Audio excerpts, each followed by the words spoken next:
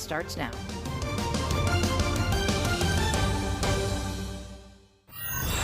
What's stopping you from becoming a Catholic? Why can't women become priests? 1-833-288-EWTN. I don't understand why I have to earn salvation. 1-833-288-3986. What's stopping? Why do I need to confess my sins to a priest? What's stopping you? This is Called to Communion with Dr. David Anders on the EWTN Global Catholic Radio Network. Hey everybody, welcome again to Call to Communion here on EWTN. Delighted to have you with us on this Tuesday afternoon.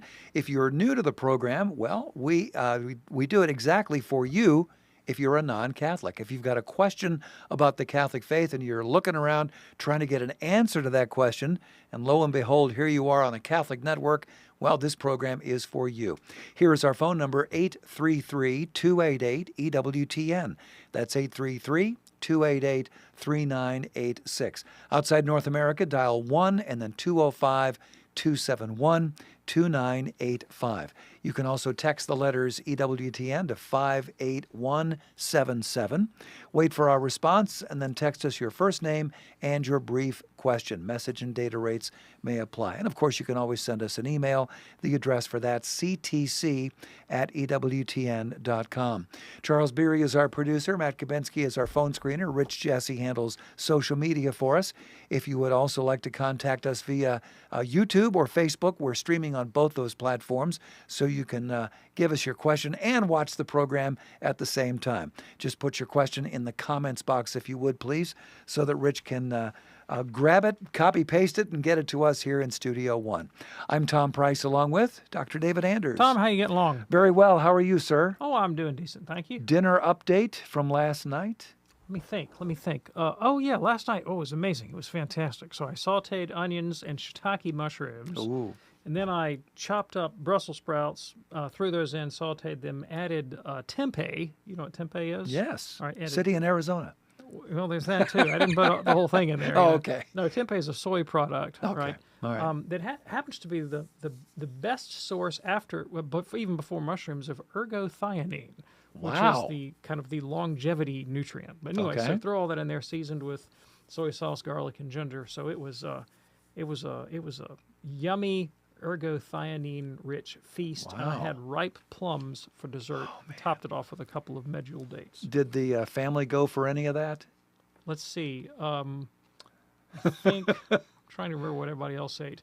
The short answer is no. No. Okay. No, but it was several steps below in terms of nutrition. I'm glad you had a good time. It was great. Here's a question from Mike in North Carolina. Dr. Anders often refers to the Galileo affair as a misunderstood instance of the church being anti-science.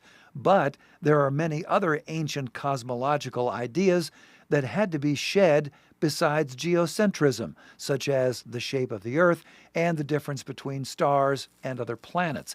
Can Dr. Anders recommend a history of the Church's astronomical knowledge and its contributions in astronomy? Yes, I can. You need. Wait a minute. The book is The Savior of Science by Father. My mind has just gone blank. If you give me 2 seconds, I'll come up with The it. Savior Science. No, The Savior of Science. Oh, the Savior of Science. Hang on. And here it comes. It is. I can't think. Yaki, Stanley Yaki. I couldn't think of it. Yeah, Stanley Yaki. The whole Stanley Yaki's entire career was this question. It was all about the Church's contribution to science. Now, a lot of Catholics listening to EWTN also know the name of Stacy Trasancos. Oh, yes. It was a chemist who was an atheist that became a believer, and she did a master's degree in Catholic theology, wrote her master's thesis on the work of Stanley Yaki. So if you want like a one-volume summary of Yaki's contributions, Trasancos's master's thesis has been turned into a book. You can kind of swallow the whole thing in one book if you read Trasancos. If you want the original, go to Stanley Yaki. All right, Mike in North Carolina, thanks so much for your question. Claire is watching us on YouTube this afternoon. Claire says, what are the best ways to introduce Catholicism to Protestants or Orthodox? would it be too self-serving if I said Catholic radio? I think it's a great start. Honestly, I really do. I think it's a fantastic way. So it really depends on the Protestant or the Orthodox person in question. It really depends on their temperament, because their different modes of engagement are compelling to different kinds of people. So, actually on the way over here, I was listening to a sermon series by Father John Riccardo, who's been on EWTN many times. Sure. And he's got this Acts 29 project and this sort of evangelistic program that he runs people through. And I was listening to some of that, and I thought, this would be super attractive for somebody who was kind of used to the ethos of evangelical preaching. He's got that The vibe, and he can tell the stories and get the human interest thing going. He can raise intellectual questions, but make them quite relatable.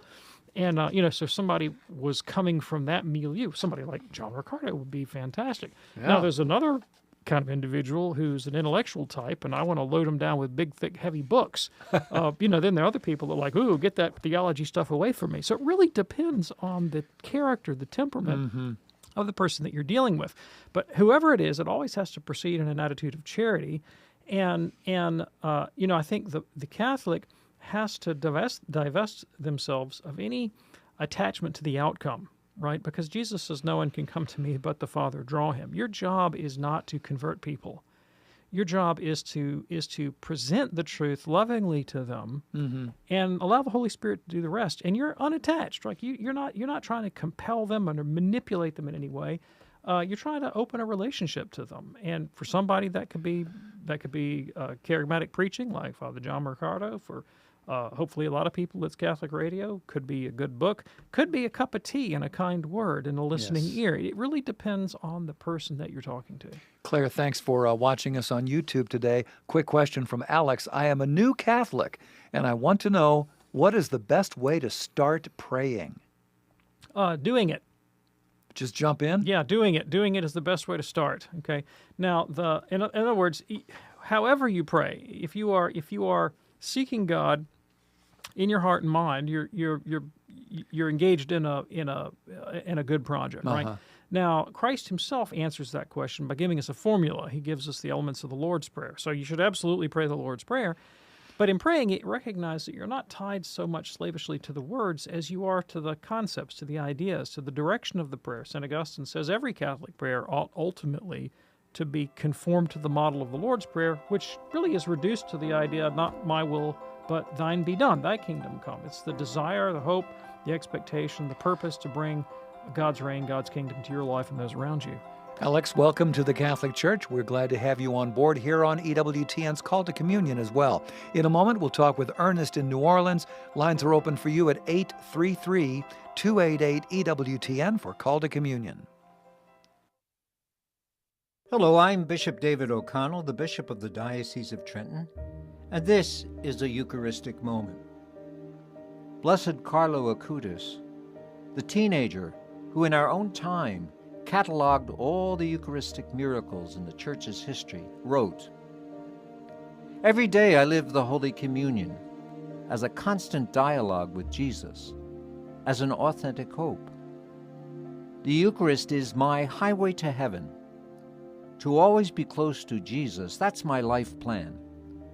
I'm happy to die because I've lived my life without wasting even a minute doing things that wouldn't have pleased God. I offer all the suffering I will have to suffer for the Lord, for the Pope, and the Church. The more Eucharist we receive, the more we will become like Jesus, so that on earth we will have a foretaste of heaven." The most original Catholic content is on EWTN Radio. How often should I forgive my brother, Lord? 7 times? St. Peter thought 7 was a good number. I would have said 3 times, Lord. My Lord said, no. 70 times, 7 times a day. Mother Angelica Live Classics. Tonight, 8 Eastern on EWTN Television and Radio.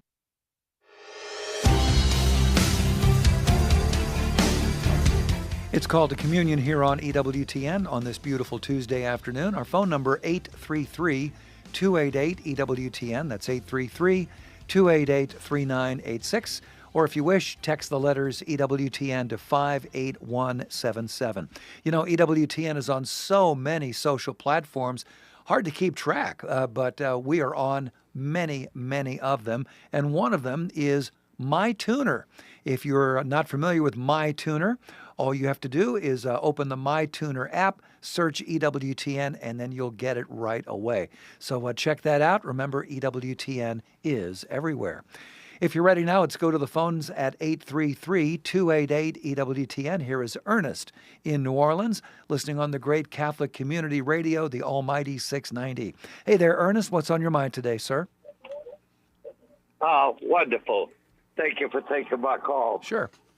Now, listen, I am very pro-life, and I'm very upset with the church, so much that I'm thinking about leaving the church because some very world-famous Catholics, so-called Catholics, are screaming that abortion is a woman's right.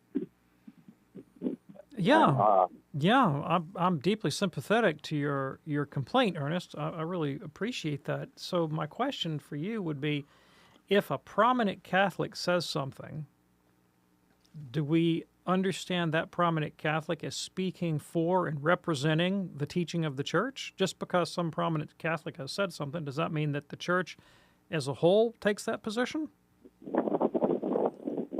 No, he's not speaking for the church, but I'm wondering why they are not excommunicated. No Catholics don't believe in abortion.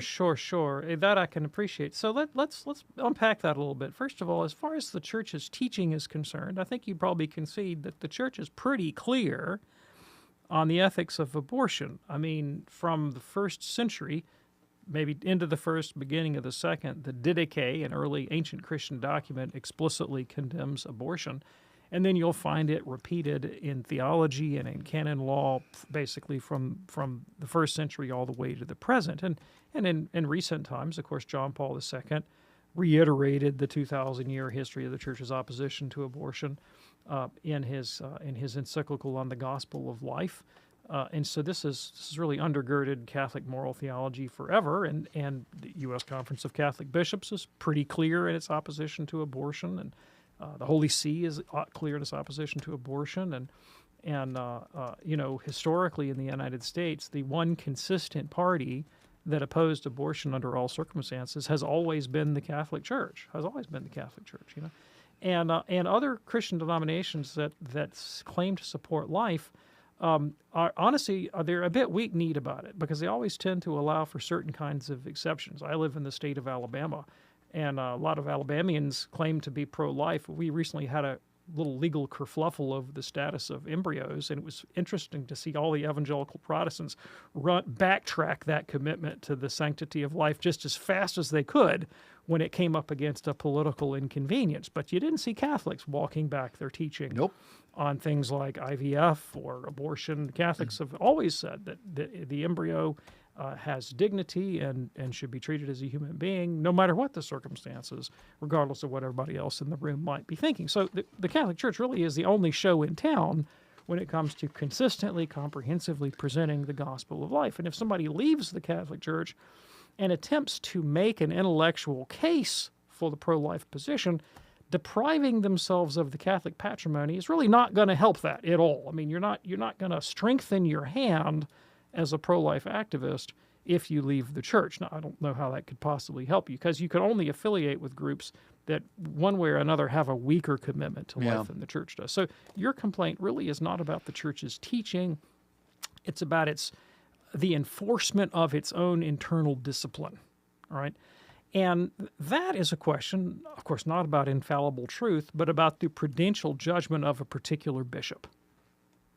And one thing the church has never said is look to the prudential judgment of any particular bishop that you choose, and you will find an exemplar of Christian holiness. That's never been the position. Bishops, as individuals, have always done just god-awful stupid things and will continue to do so until the end of time. Now, we have had wise and saintly bishops. we have had some humdingers of bad bishops too throughout the centuries, and that's part and parcel of the business. Now, when it comes to this particular issue, what you don't know is what has that bishop said to the individual in question behind closed doors. Yeah. And what kind of moral reasoning is the bishop bringing to bear? I mean, I'm not going to take a stand right now on what some bishop should do in his own diocese, but I'll throw out a consideration for you. The church's position on abortion has nothing to do intrinsically with politics. I mean, if we all lived on an anarcho-syndicalist commune in the middle of some desert island in the Pacific, right, and there were no formal government, abortion would be wrong regardless of the absence or presence of any kind of political arrangements. Mm-hmm.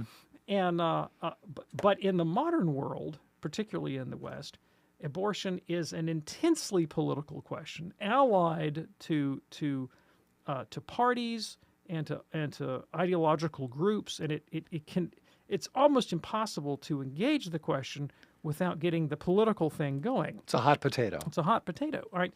And that puts the Catholic moralist at a particular kind of risk, and the risk is that my actions be perceived through an exclusively political lens.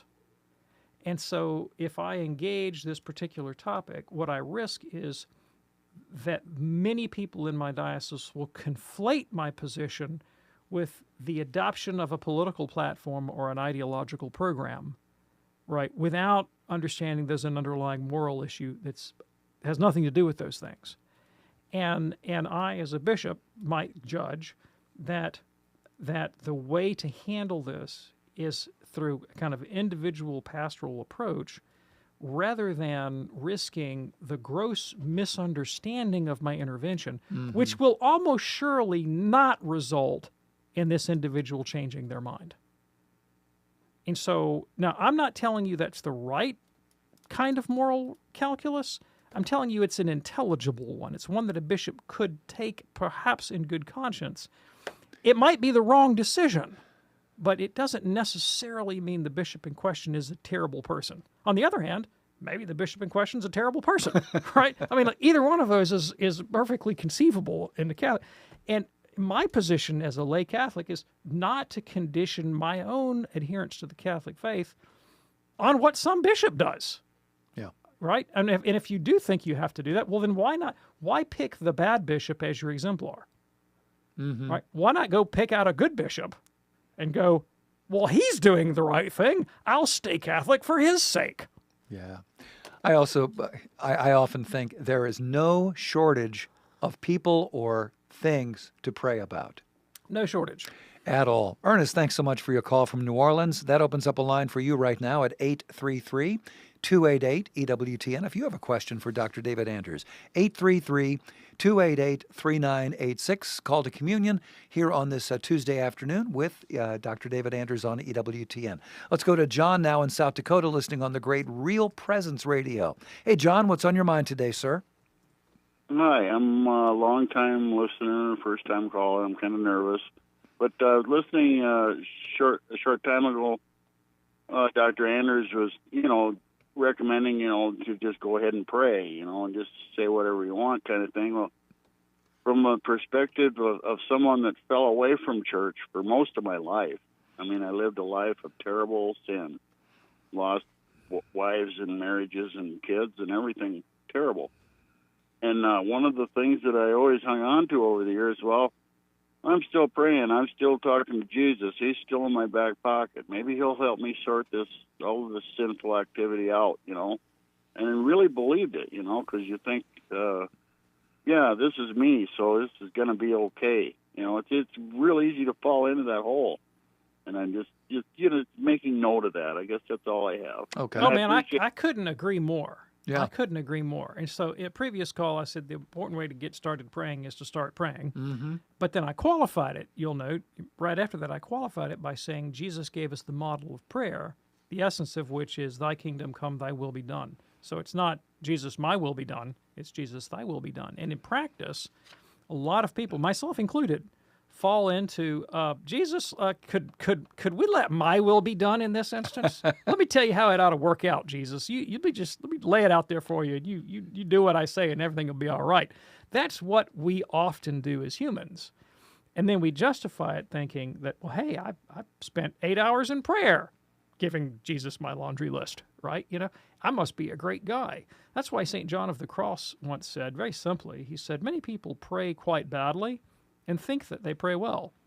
Others pray quite well and think they pray badly. It's one of the reasons that spiritual direction is advised for Catholic spiritual growth, because we're never good judges of our own spirituality. John, thanks for checking in from South Dakota. Call to Communion here on EWTN. Shike is watching us on YouTube today. Shike says, well, yesterday you ended the program but was stopped by the music when you wanted to explain why the Protestants removed all the images and crucifixes from their churches. Could you please finish that today? Yeah, thanks. I really appreciate the question. So historically, not all Protestants have taken crucifixes out of their churches. In the 16th century, Luther didn't take crucifixes out of his churches, and Lutheran churches in Germany continue to have a lot of religious artwork of that sort, and so forth. And Episcopalian churches that do the same. So it wasn't, it wasn't necessary to Protestantism that you do that. But in Zurich, there was a reformer by the name of Ulrich Zwingli, who, for philosophical reasons, had a problem with using any kind of material props in worship. He was a Renaissance Platonist, and he had an intellectualist conception of Christian faith and the Christian life, and so he was sort of allergic to using material props. And he sought to bolster that intuition through his interpretation of the Ten Commandments. And he saw the Ten Commandments as beginning, well, first and second commandment being have no graven images. And he interpreted that to mean, well, you can't have any kind of religious artwork whatsoever at all. And so the objection to the corpus on the cross, from a Zwinglian point of view, was that you were depicting a physical representation of Christ. So they were iconoclasts. The Zwinglians were iconoclasts, said you couldn't have any kind of physical representation of Jesus. Now, what happened is that real hardcore iconoclasm remained in the Reformed tradition. That's the tradition that Zwingli started for a while, and you still find a handful of Reformed congregations today that have whitewashed churches and no religious art, but it didn't last very long. And most Protestant churches, evangelical churches, they have so much religious art going on they can't even like climb out from underneath it. I mean, I know when I grew up in the Presbyterian Church, that's a Reformed denomination, and I can't tell you the number of flannel graphs we looked at that had bearded Jesus in his Bedouin clothing, surrounded by sheep, all that little kid kind of artwork, and there's that famous devotional picture of Christ, and he's all sort of beaming and happy and smiley, and looks like some hippie out of Haight-Ashbury, who you know the one I'm talking about. That kind of stuff is just ubiquitous. And so the objection, well, we can't have any physical depiction of Jesus, was just falling on deaf ears. But Protestants knew that they didn't have the corpus on the cross. Mm-hmm. They forgot why, that it was this iconoclasm, but they knew that they didn't. And so someone rationalized the absence of the crucifix in Protestant churches by claiming that it had to do with Catholic denial of the resurrection, which is just insane. I mean, it's insane because it evidences such a poor knowledge of Catholic theology and devotion and history, but a poor knowledge of Protestant history, too, for that matter. Sure. Appreciate that. And Shike, thanks for watching us on YouTube this afternoon. This quick question as we're going to break here. This is from Kay. Dr. Anders, I pray the rosary every day, but I do it on an app in the background while I'm doing chores, etc. So my question is, am I required to be holding a rosary as I do it? Thank you, Kay. You're not required to pray the rosary, period, at all, ever, not once. The rosary is not part of the Catholic liturgy, and there's no law of the Church imposing an obligation to pray the rosary. All right, so it's a devotional prayer, pretty much uniquely of the Latin Catholic tradition. So the Catholic East doesn't know about the rosary. Yeah. And the medieval, for that matter. So for the first 1,000 years of the Church, people didn't pray the rosary, and it was a development over time. And it's extremely helpful to a lot of folks, and it's probably the most popular devotion in the Catholic Church outside of the Mass. And so it's commended by popes and bishops and the faithful who found it tremendously useful. But the idea that there's some kind of strict rubric that governs the quote-unquote proper use of the rosary, and should you fall away from that rubric, the whole thing falls apart and ceases to be effective, one, isn't true to the doctrine of the rosary, but secondly, I think it evidences a gross misunderstanding of the way that devotional prayer works. All Catholic spiritual orators say if you're praying the rosary or the Stations of the Cross or whatever else it is, and you find yourself sort of taken up in the wordless love of God, maybe after the first bead, well, the thing to do at that point is to put the rosary aside and go with the love, because the point of every devotion is to inflame your emotions with a passionate love for God that sort of sweeps you away and enables you to more easily live the life of virtue. As long as it has that effect, you're doing it the right way, whether you play it on an app or, whether you pray, this mystery or that mystery. I have a Lebanese friend who loves the rosary and loves the Blessed Virgin Mary, and he's invented his whole new series of mysteries for himself. It's like beyond the standard ones that Catholics pray. Okay. Most of which have to do with events from the life of the Blessed Virgin Mary. And he was out praying with his parish one time, and he starts improvising on we're going to pray the seventh mystery of Mary. And they're like, come on, man. That's great. Kay, thanks so much for your email. Appreciate that. In a moment, we'll talk with Rita Marie in Highland, California. Rich is in Queens. Terry is in North Dakota. Two lines open for you at 833-288-EWTN. That's 833-288-3986. Throughout history, Our Lady of Fatima has led countless souls to Jesus. In this time of Eucharistic revival, we join the children and youth of the world in a special holy hour with our Lord in the Eucharist. We invite you to gather with your family or at your school or church and pray with us here at the Shrine of the Most Blessed Sacrament. Come adore and console the most Sacred Heart of Jesus during the Worldwide Children's Holy Hour, Monday, May 13th at 10 a.m. Eastern. On EWTN TV and Radio Essentials. If you have the iHeartRadio app, you can listen to the EWTN Radio live stream. Go to iHeartRadio and search EWTN.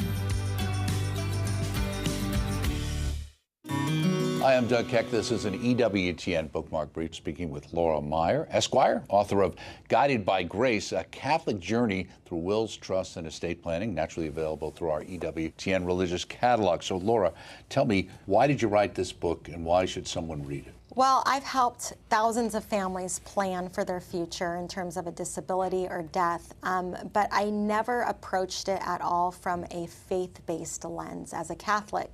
So I wrote Guided by Grace so Catholics, when they do go to plan for their future in those inevitable life moments, that they can truly bring our Catholic teachings to guide them in the decision-making, and then also to just ensure that they have that peace of mind that God will be with them during that journey. Laura Meyer, Esquire, author of Guided by Grace, a Catholic Journey Through Wills, Trusts, and Estate Planning. Take the journey. It's available through our EWTN religious catalog. This has been an EWTN Bookmark Brief. Thanks for stopping by. We hope to see you next time. Hi, this is Cy Kellett. Later today on Catholic Answers Live, call with any question. Tim Staples is our guest. Catholic Answers Live, 6 p.m. Eastern on EWTN Radio. Now, back to Call to Communion with Dr. David Anders.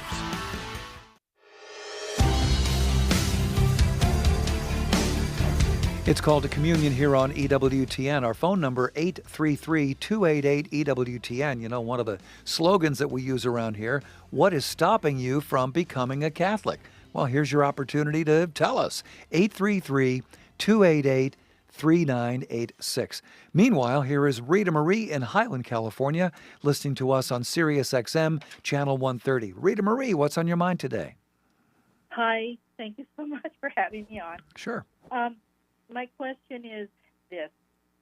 I'm very nervous, but I am a cradle Catholic, so I have no clue what goes on other than a short time participated in an evangelical church, which brought me back to Catholic Church. But my granddaughter and her husband, he is a youth pastor for many years, okay? Well, a few years ago, he started getting very interested in loving our Blessed Mother, kind of like a Scott Hahn story. Okay. Long story short, in a few weeks, he is going to be called in before the elders. I think that's how he referred to them, and the head pastor there. And they're going to question him on 9 points. I don't know anything about the 9 points, and if you know what they are, you want to share them with me if you know what they are. But my main question is, how can I support them? This is their livelihood, or his, that's his job.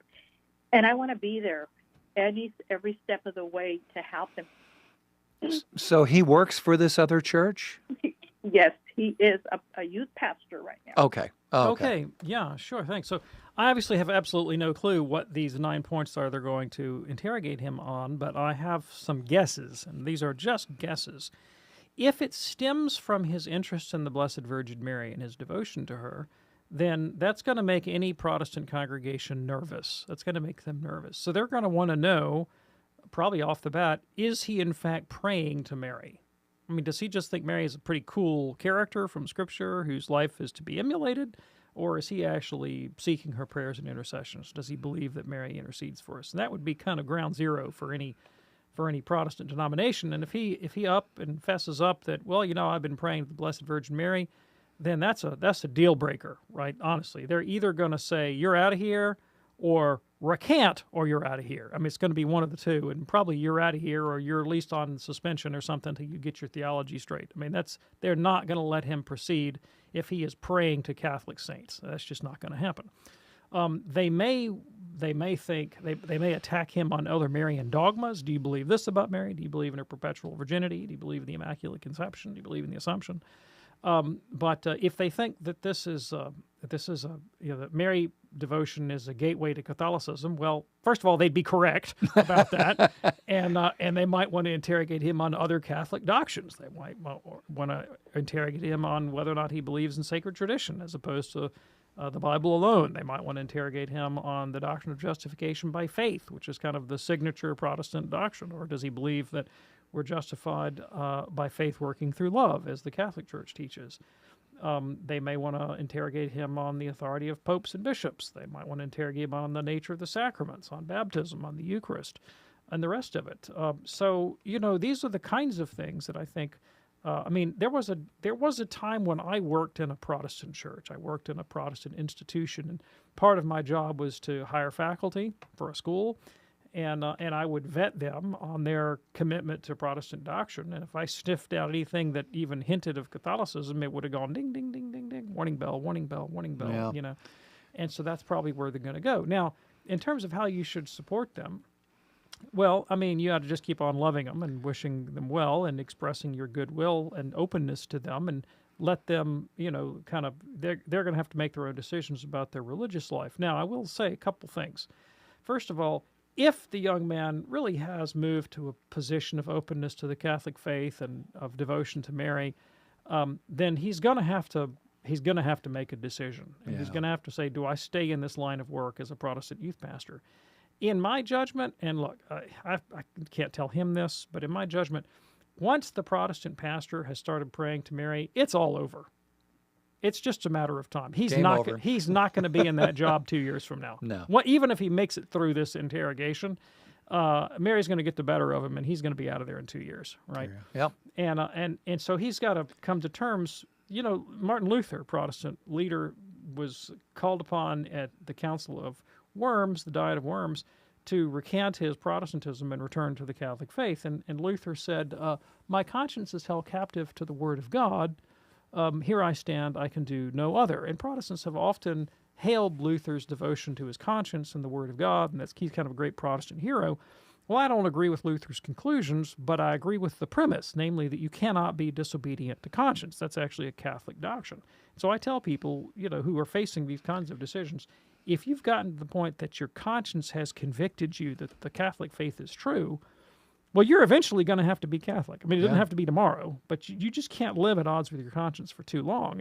And no youth pastor job is worth disobedience to your conscience. And for that matter, most youth pastor jobs aren't worth a whole lot financially anyway. It's not like he can't get a living in doing something else, right? And for that matter, if he were to become Catholic, we have so much need for youth ministry in the Catholic Church. It isn't even funny, and not only at the parish level, but there are national apostolates that need help. There's a ton of work for people who are skilled in working with youth. within the Catholic Church. So there's a lot of avenues open to him. The other thing I would suggest is that it'd be helpful to him to rub shoulders with people who have been in a similar position. Marcus Grödau's organization, the Coming Home Network, exists for that reason. It exists to be a point of contact for Protestants, especially clergy who are discerning the Catholic faith, and particularly when it threatens their livelihood. And we got a lot of people running around here at EWTN that are former Protestant ministers of one kind or another, have been in his boat exactly. And so reaching out to those folks is very helpful. And he probably needs someone that he can dialogue with from, who's been where he is, both theologically and interpersonally. And I would invite him to reach out to me. Right, I'd be happy to talk to him, and he can either call the show, or if he wants to shoot a email to the network to ctc@ewtn.com, he can get a hold of our producer over here, Charles Beery, who can put us in touch, and maybe I can help him out with his questions, either theological or professional, because we've all been there. Marie, thank you again for your concern there for your family member, and thanks so much for your call. Call to Communion here on EWTN. Let's go to Terry now in North Dakota, listening on the great Real Presence Radio. Terry, what's on your mind today? Good morning, or good afternoon. Thanks for taking my call. When pondering on the agony in the garden, Peter cuts off the soldier's ear with his sword, and that's listed in all four Gospels. Do you suppose he wore a sword all the time, being he just came from the Last Supper? Yeah, that's a great question, and I have absolutely no idea. In different cultures at different times, it's been more or less common to carry arms of one kind or another. I mean, this is something actually totally different context, but Saint Ignatius of Loyola carried arms. He was a former soldier, and he was a very proud man, and so he ticked off a lot of people, and when he was a sort of young hothead, and he actually had to carry arms for self-defense because there were a lot of people that wanted to take it out on him. So he got special permission to walk around with a sword in case anybody jumped him out of a dark alley. He eventually put that away in the service of Christ. Renaissance Italy is another context where Catholics of a certain social class almost always carried weapons with them, and they were sort of expected to. And so there have been periods of time when Catholic people, even eminent Catholic people, have felt that it was appropriate or necessary to go armed. Swords are not cheap, and you have to have the raw materials. You have to be worked. Most peasants in Galilee didn't have a whole lot of excess cash. I don't know a lot of what I'm talking about here, but it seems to me difficult that everybody running around Galilee was armed to the teeth. So it's hard for me to know. I have absolutely no idea. Terry, thanks so much for your call. It certainly is fascinating. Here is Rich now. Rich is in Queens, New York, listening on Sirius XM, channel 130. Hey there, Rich. What's on your mind today, sir? Hi, good afternoon, Dr. Anders. My question is regarding habitual sin from addiction, involving addiction, I should say. What is the church's teaching regarding the severity of sin in those cases? Yeah, thanks. I really appreciate the question. So obviously, psychology can mitigate and relativize the culpability for habitual sin when it proceeds from some kind of really deeply ingrained psychological condition. But here's the caution I would give you, right? So if you're a pastor, if you're a therapist, if you're engaged in the process of pastoral counseling, this is a very helpful thing to know, because your patient, your client, your parishioner, whoever it is, if you have this understanding that this person's really stuck in a bad rut and they've got reasons for that, it helps you to be compassionate, not be judgmental, and really accompany them without losing patience. However, if you're the person himself, it can also become a crutch that says, well, I have this thing and it's proceeds from OCD and it's habitual and I can't really get over it, and therefore I can give myself a pass. And I think that's unhelpful, and here's why. And better just to leave the question of culpability up to God, not even worry about that too much. And here's why I think so. So the Church's doctrine of sin is not that virtue and vice are only connected to the life of heaven. God has set up some arbitrary list of things that you have to do, and if you do them, you get into heaven. If you fail, you don't get into heaven, and that's all it is. Rather, the life of grace, the life of virtue, is really quite continuous between this life and the next. And God commands us to be happy, believe it or not, that virtue is the quest for human happiness here and now, that we try to live the kind of life that tends to human flourishing, that best accords with our nature. And so if it's the case that I lose my freedom of action because of an addiction or compulsion or obsessive-compulsive disorder or something like that, then whether or not I think of myself culpable in some sort of highly abstract way, the truth of the matter is I'm not flourishing, right? I'm not living my best life. Yeah. I'm not happy, right? And to just justify that and say, well, God's not holding me accountable for this at the moment. Well, I mean, I'm still suffering, right? I'm still suffering. And playing head games with myself like that is one of the maladaptive behaviors I'm trying to get rid of, right? I mean, like getting all up in my own brain and coming up with all kinds of warrants and justifications and arguments. I might need to step out of that whole process in order to get my head straight. And so the tools of cognitive therapy, for example, are all about, like, I know I do this. I create these kind of moral, intellectual, emotional conundra for myself, and then I sort of go to war in my own head trying to win these battles. And I don't know if you ever saw the movie War Games, a John Badham film in the 1980s starring Matthew Broderick. Oh yeah. And there's a scene in the film where there's a computer simulation of a thermonuclear war, right? And it risks turning into a real thermonuclear war, and they need the computer to figure out that there's no way to win a thermonuclear war. And so the computer just like runs all these endless simulations of these battles, and finally it learns and says, strange game, the only way to win is not to play. And I think that's probably a bad model for political policy, but it's a really good model for certain kinds of psychological dilemma, right? yeah. You get yourself kind of wrapped up in your own brain, and you try to think yourself out of a box, and then one day you realize, this is a bad, stupid game I'm playing. The only way to win is not to play. I need to step out of this whole way of framing my situation and come with a completely different way of framing my situation. And so, the tools of therapy are very helpful. Tools of Catholic spirituality are very helpful. But at the end of the day, like a really profound desire to be free. Yes. Like I want to be free of this, and I know that it's not. I'm never going to win by willpower alone. That's something that all the addiction literature shows. Willpower is a fading resource, right? You use it up really quick, and then you're just toast.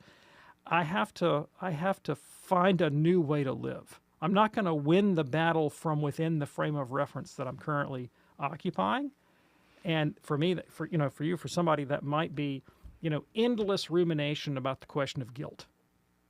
Am I guilty? Am I not guilty? Am I guilty? Sure. Am I not guilty? Right? Sure. Like that's the frame of reference I've got now. Guess what? It's not working for me. I need a new frame of reference, right?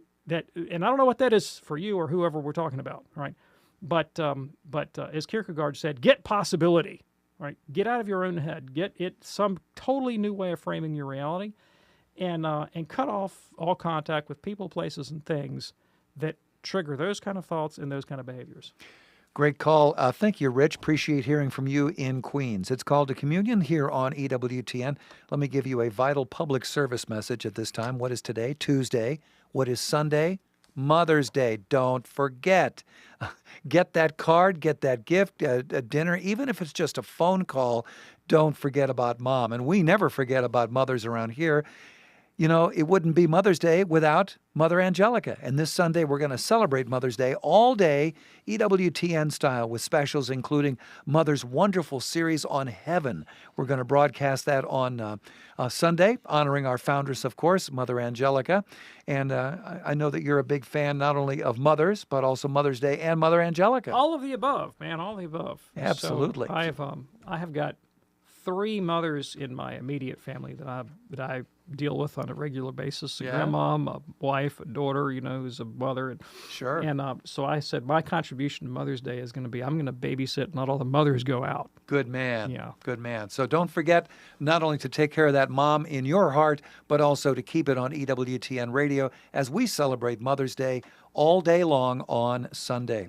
All right, back to the phones right now. Let's go to Cincinnati and talk with Ann, a first-time caller listening on the great Sacred Heart Radio, AM 740. Ann, what's on your mind today? Hi, this is thank you for taking my call. I'm calling regarding my daughter. She's one of my 8 children. She's now 26 and newly married, but she was raised Catholic, homeschooled, went to Catholic college, but has since in her adult life left the church for, I guess, an ecumenical church.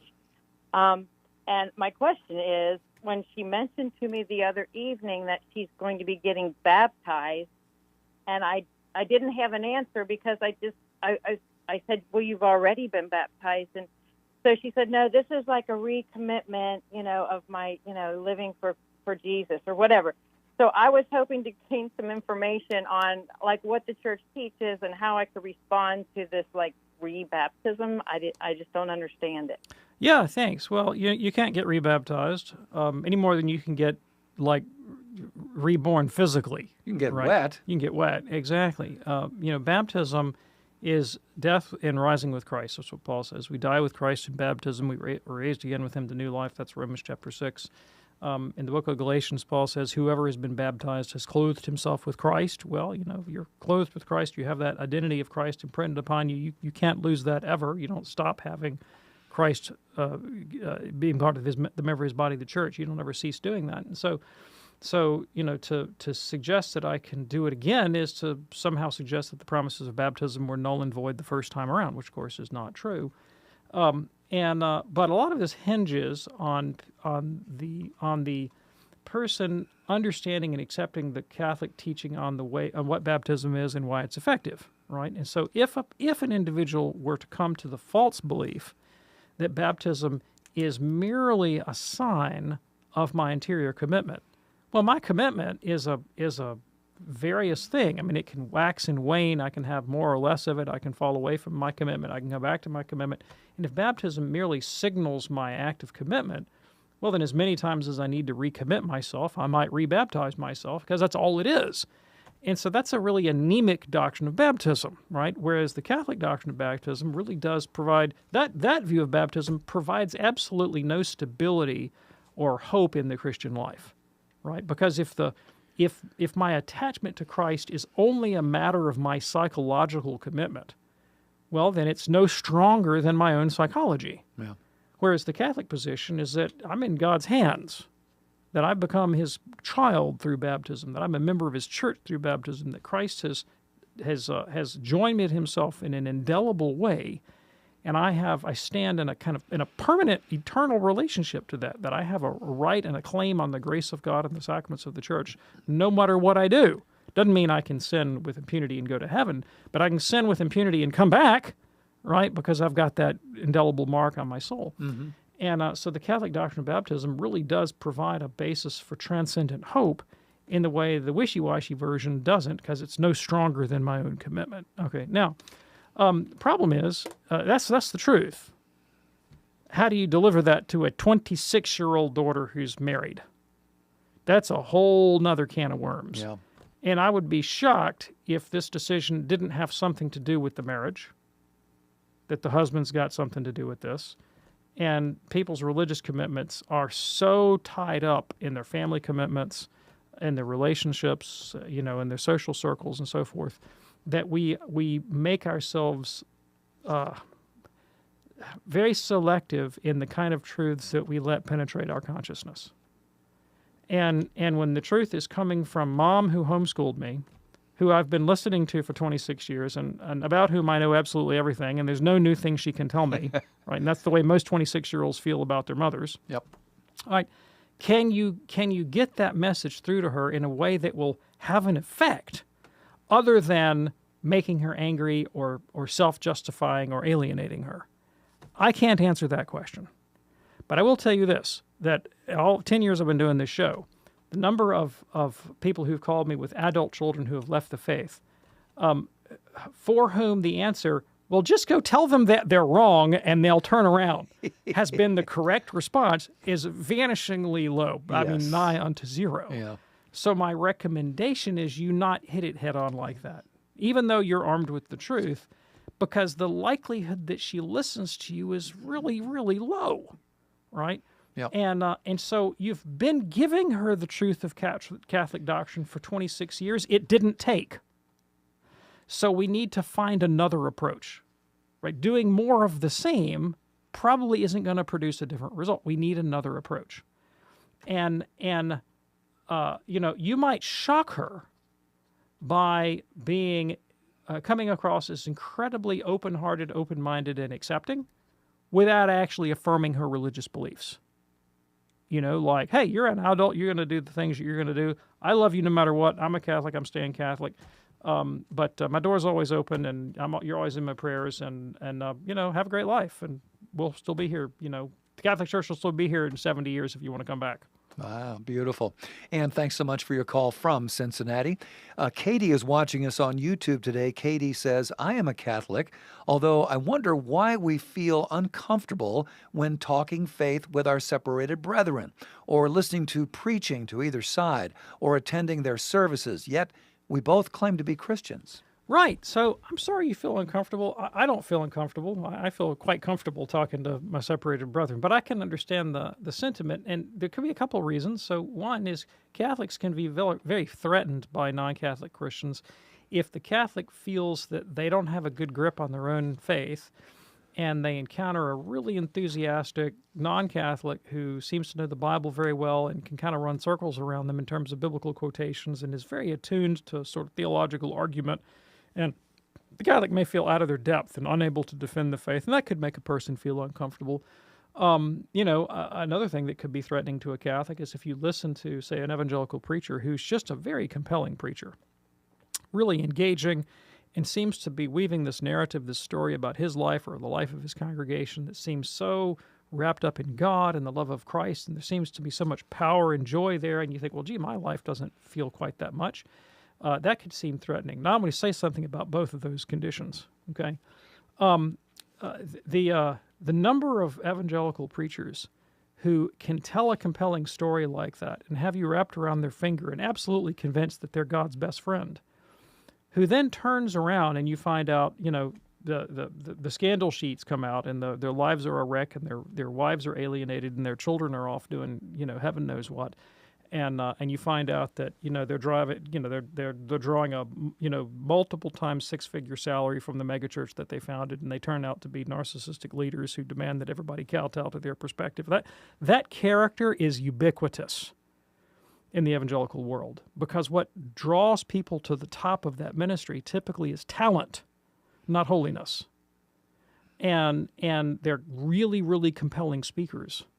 And they understand the story they have to tell about themselves in their church in order to sell. And it's attractive, it's compelling, it's engaging, right? That's not the same thing as holiness. And the same thing goes for the Protestant who knows the Bible well and can weave an argument. And I say this as someone who was a Protestant who knows the Bible well and who can weave an argument, right? That I'm conscious in my own life of my ability to do those things has absolutely nothing to do with the question of my own personal morals, ethics, or holiness. Just ask my children. Right? I mean, one of my sons said to me one time, he said, Daddy, you're always right about everything and nobody cares. Like we see right through you, Dad, And so don't be intimidated by rhetoric, by showmanship. It's flashy, it's attractive, but it's a far cry from the holiness that Christ demands of us. So that's what I have to say. So, do learn your faith, learn how to defend it, learn the arguments for it. But at the end of the day, St. John says, if we claim that we know Jesus and don't walk as he walked, if we don't love the brethren deeply from the heart, then the truth is not in us. Katie, thank you so much for checking us out on YouTube today. Dr. David Anders, thank you, sir. Thanks, Tom. We do this program right here on EWTN Radio 5 days a week, Monday through Friday, 2 p.m. Eastern. And you can check out the podcast anytime you wish by going to EWTN.com, click on radio, And then once you're there on that radio homepage, just look for the words Podcast Central. Scroll down a little bit and you will find Call to Communion. On behalf of our fantastic team, I'm Tom Price along with Dr. David Anders. Thanks for joining us. See you next time right here on EWTN's Call to Communion. Have yourself a wonderful day and God bless.